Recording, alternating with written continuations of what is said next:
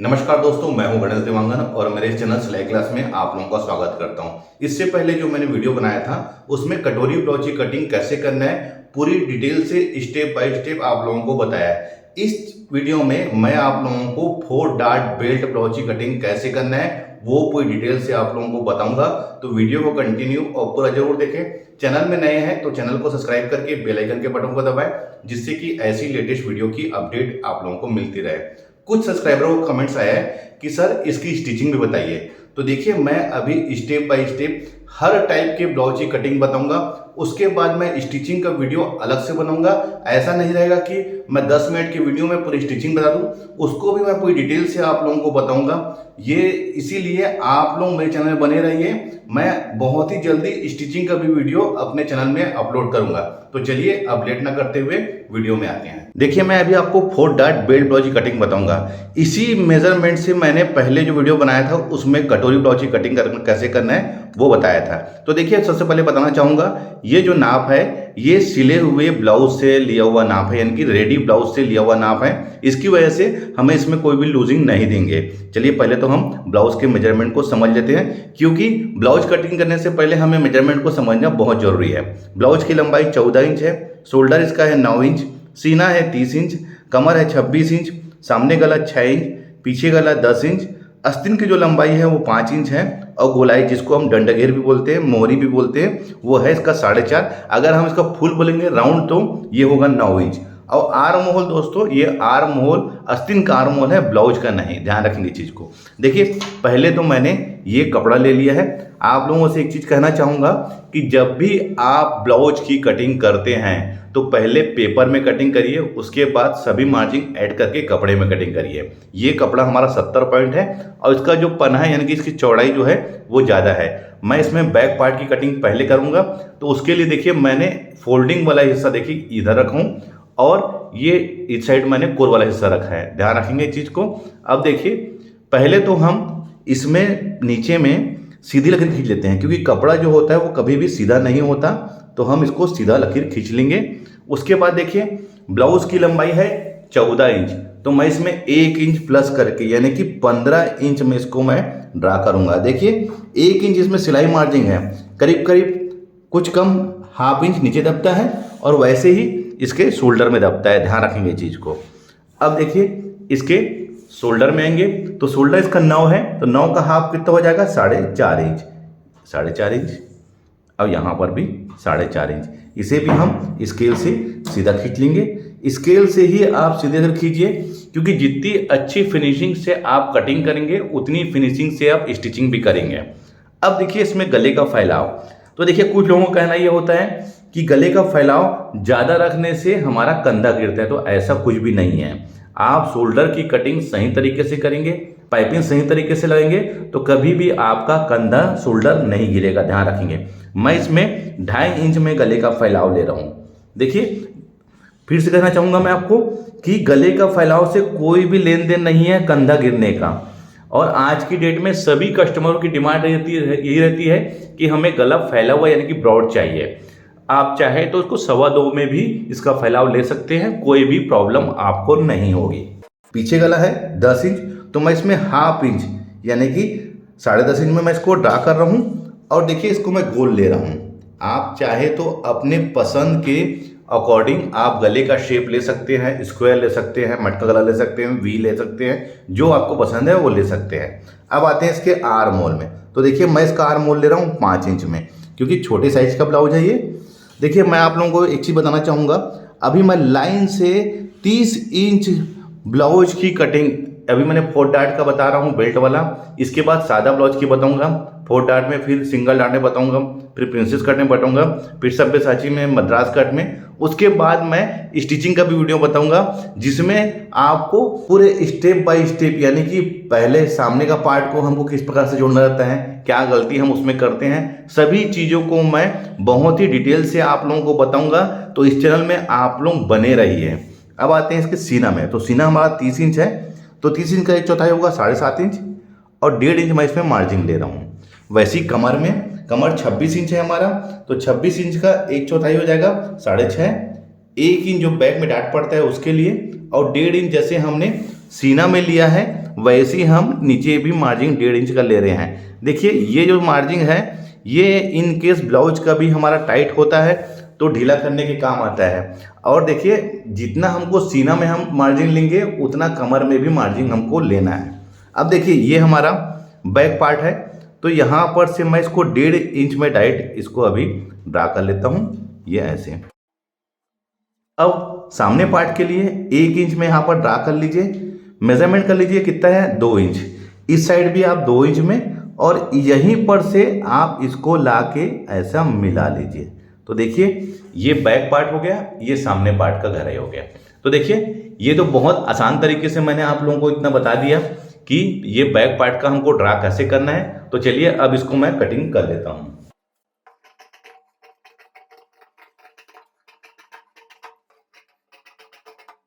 ये back part हमारा cutting हो गया है, अब इसको हटा लीजिए। अब कपड़े को हमको ऐसा फोल्ड कर लेना है इस साइड, ये इस साइड में।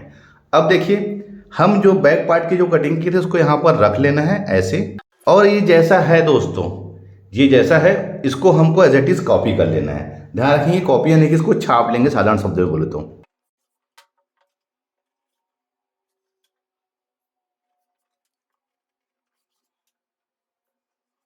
इसको हटा लीजिए उसके बाद। तो देखिए ये जैसा है हमने वैसे ही कॉपी कर लिया इसको। अब देखिए क्या करना है हमको, इस साइड हुक आई की मार्जिन लेना है। तो ये करीब करीब 1/4 इंच हमको हुक आई की मार्जिन लेना है। जितना हम हुक आई में दबाएंगे उतना ही हमको यहाँ पर मार्जिन ले लेना है। तो देखिए ये हुक आई की मार्जिन हो गई। अब देखिए पहले हम इसके गले के फैलाव को ले लेते हैं। तो गले का फैलाव पीछे पार्ट में हमने 2.5 इंच रखा था, तो इसमें भी मैं 2.5 इंच रख रहा हूँ।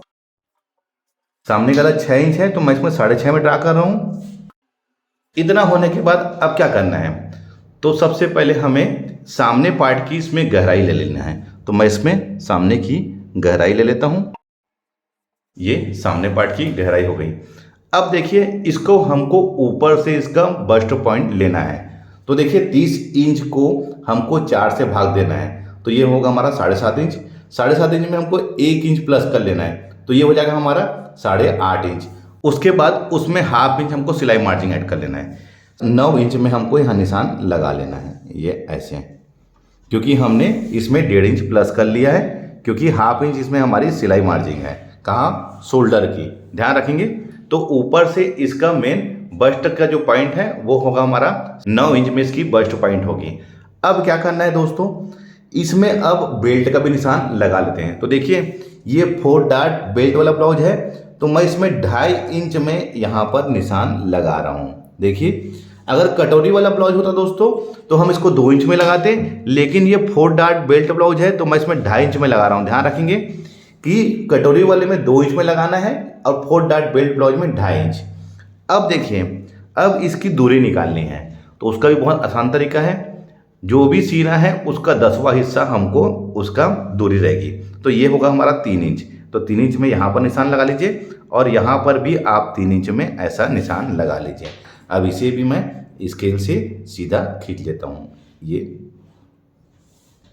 तो ये हमारा पहला डाट का निशान हो गया है। देखिए दोस्तों 4 डाट में 4 डाट पड़ते हैं और चारों डाट की दूरी वो कैसे लेनी रहती है, मैंने उसका भी एक वीडियो बनाया है। किसी भी साइज का अगर हम 4 डाट वाला ब्लाउज बनाते हैं तो चारों डाट की जो दूरी है वो कैसे निकालनी है, तो मैं फिर से आप लोगों को बताता हूँ कि इसको कैसे निकालना है। तो देखिए यहाँ पर से हमने 3 इंच लिया था। देखिए मैंने कहाँ से लिया हूँ 3 इंच, यह इस जगह से, यानी कि हुक आई की मार्जिन को छोड़ के मैंने 3 इंच लिया है। अब इसको आप हाफ कर लीजिए, तो ये होगा हमारा 1.5 इंच, ये 1.5 इंच, और इस लकीर से 1/2 इंच ऊपर, ये 1/2 इंच ऊपर, ये। तो ये हमारा यानी कि चारों डाट की जो दूरी रहेगी आपस में वो 1.5 इंच की रहेगी। जो भी हमारे बस्ट की दूरी रहेगी उसका हाफ पोर्शन चारों डाट की दूरी रहेगी, और यहाँ पर से मैंने 1/2 इंच में इसको ऊपर लिया है, और ये डाट पड़ेगा हमारा 1/2 इंच का, ये वाला, ध्यान रखेंगे ये वाला डाट। तो ये पहला डाट हमारा 1/2 इंच का पड़ गया है। अब देखिए मैं ये डाट को बता रहा हूँ आपको, ये जो डाट है ये हमारा 1.5 इंच का पड़ेगा। तो जहाँ पर हमने 3 इंच में निशान लगाया था, इस साइड 1/4 इंच और इस साइड 1/4 इंच, यानी कि ये वाला हिस्सा 1.5 इंच का हमारा सेंटर रहेगा। तो इसको हमको ऐसे लाके मिलाना है। तो देखिए ये और ये 2 डॉट हमारा पड़ गया है। देखिए जो ये मेन डॉट होता है यही वह 1.5 इंच का रहता है, उसके अलावा जो तीनों डॉट पड़ता है वो हमारा ½ इंच का रहता है, ध्यान रखेंगे। तो ये वाला इसकी दूरी 1.5 इंच हो गई। तो अब तीसरे डॉट की दूरी भी हमको 1.5 इंच में ही लेना है, वो भी इस लकीर से ½ इंच ऊपर।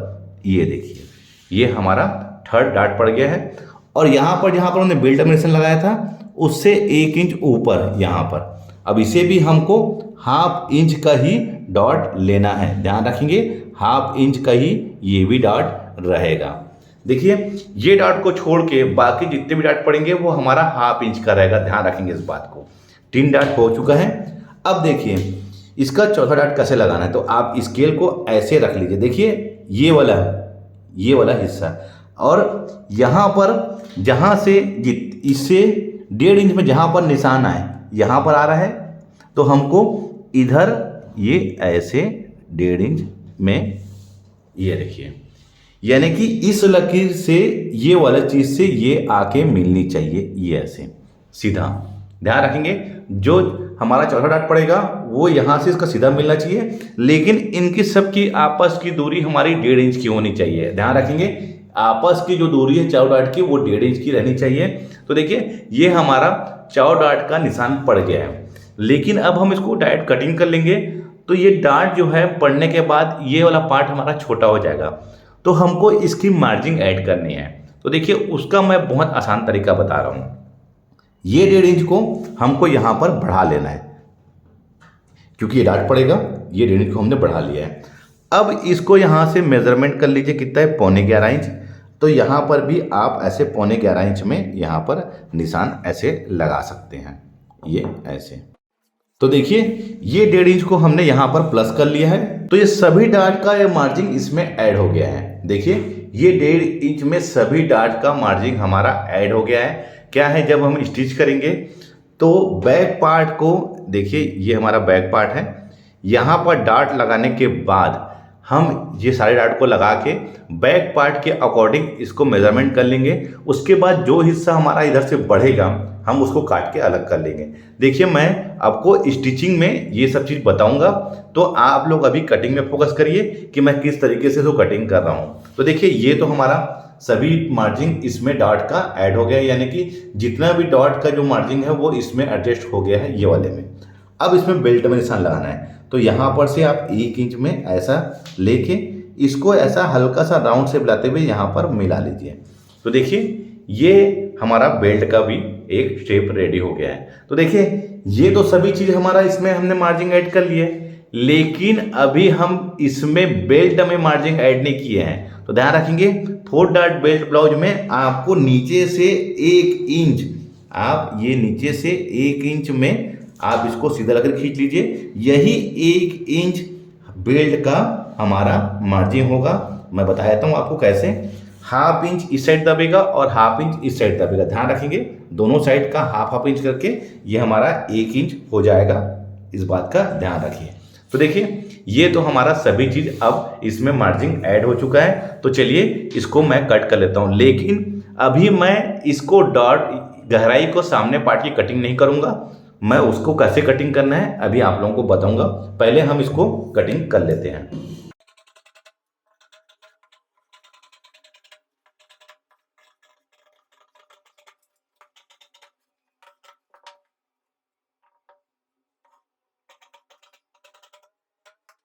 देखिए ये अब कट गया है। अब क्या करना है, तो देखिए यहाँ पर से आप देखिए, मैं बता रहा हूँ आपको, इसको ऐसे डॉट आप पहले ऐसा पकड़ के एक डॉट क्रिएट कर लीजिए पहले, तो उसके बाद आप इसकी गहराई को कटिंग करिए। देखिए पहले से अगर यहाँ पर से आप इसको बिना डॉट को ऐसे क्रिएट किए कटिंग करेंगे तो क्या होगा, यहाँ पर कोना बन जाएगा। तो क्या होगा, यहाँ पर जब स्टिचिंग करते समय सही तरीके से इसकी फिटिंग नहीं आएगी, अस्ती लगाने में बहुत प्रॉब्लम होगी।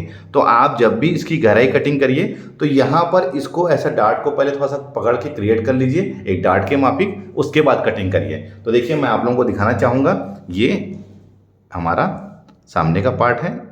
अब देखिए मैंने कैसे कर रहा हूँ, ये इसके डॉट को क्रिएट कर लिया है यहाँ पर। अब देखिए इस साइड ये वाला पार्ट हमारा थोड़ा बड़ा हो रहा है, ध्यान रखेंगे इस साइड।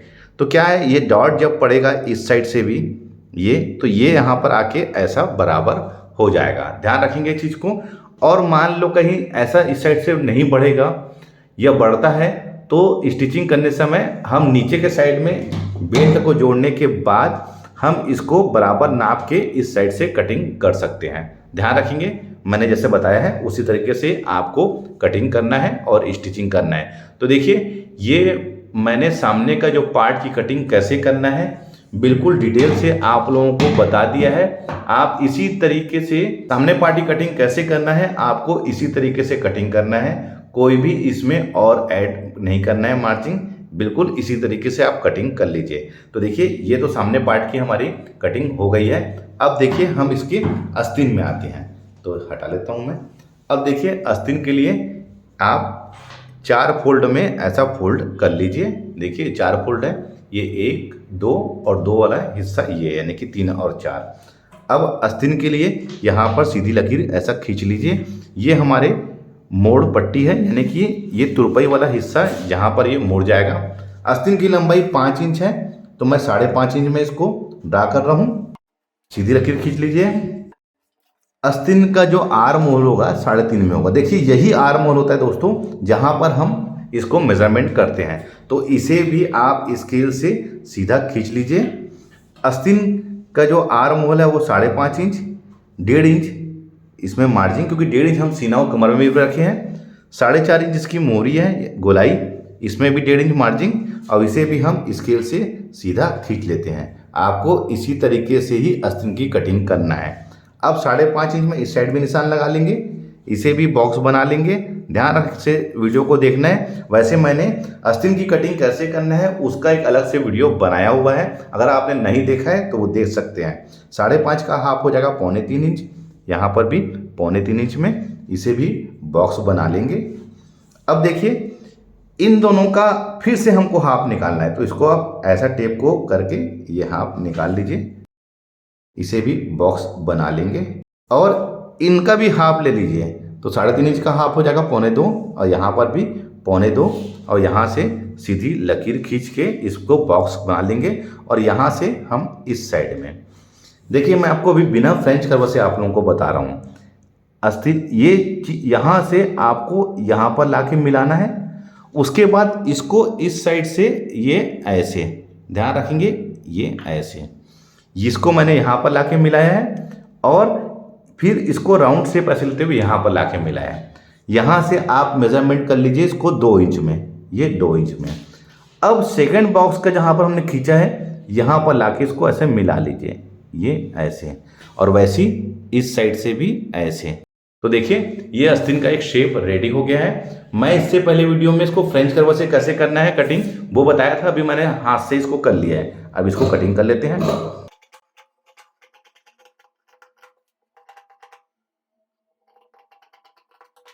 तो ये देखिए इसका शेप कितना बेहतरीन आया हुआ है। एक चीज का और ध्यान रखना है दोस्तों, ये जो गहराई है और आस्तीन की गहराई आके आपस में मिलनी चाहिए इस प्रकार से।